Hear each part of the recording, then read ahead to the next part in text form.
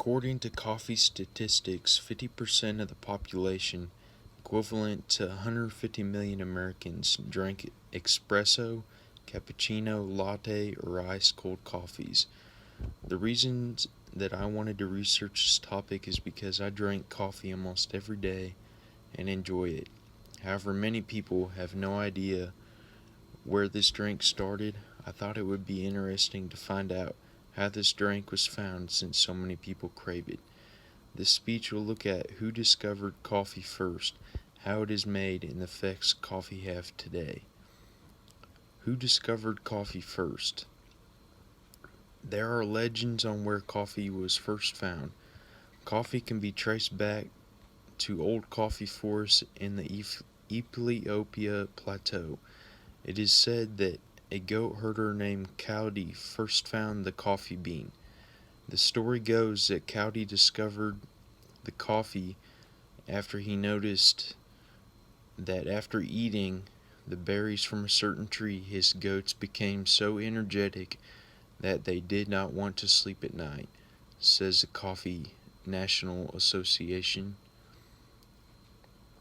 Later, Cowdy shared his findings to the local monks. They fixed a drink with berries, which made them stay up longer while praying. This news of being energized spread to the Arabian Peninsula. Coffee is beginning to get traded. First, to the Arabian Peninsula, according to the National Coffee Association. Patrons drank coffee and engaged in conversation, but they also listened to music, watched performers, played chess, and kept current on the news. Coffee houses quickly became such an important center for the exchange of information that they were often referred to as schools of the wise. Second, to Europe, became popular across this continent with coffee houses popping up everywhere. It also became the most common fat breakfast drink. The New World or New Amsterdam. Tea was still the British's favorite drink until it was taxed so high that coffee replaced it. Coffee had become so favored in different parts of the world that people were trying to grow it. The first place where it was tried to be grown was in India. However, it did not work out. Later became successful in Indonesia. In America, a seed was taken in 1723 by a naval officer. This naval officer was able to get the seed to Martinique, where it was planted and took off like wildflowers. After being grown in abundance, it kept being traded till it was around the whole world. Now that we have studied where coffee came from, let's look at how it was made. How coffee is made. There are approximately 10 steps in making coffee. Step 1. Seeds should be planted first. They should be put in shaded nurseries while soil is wet. This ensures roots have a good base. Cherries should be harvested every 10 days. All cherries are taken off the tree at a time. However, only the ripest cherries are used. Number 3. Cherries should be processed next. This can be done by the dry method or dried in sunlight, or the wet method where the beans get spread through different water lanes depending on different factors. Step 4. If beans were processed using the wet method, they need to be dried.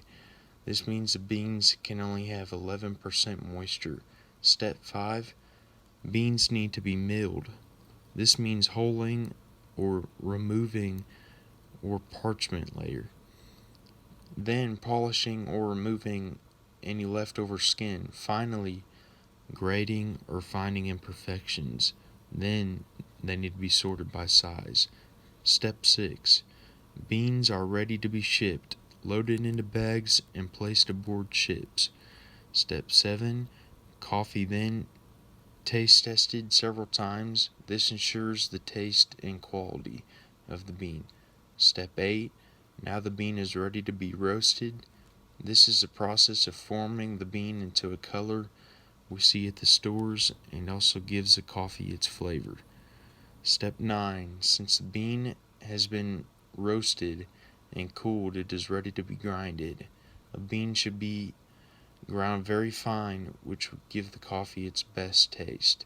Finally, the last step is to brew the coffee and, of course, enjoy it. After learning the steps of making coffee, there are several effects it has today.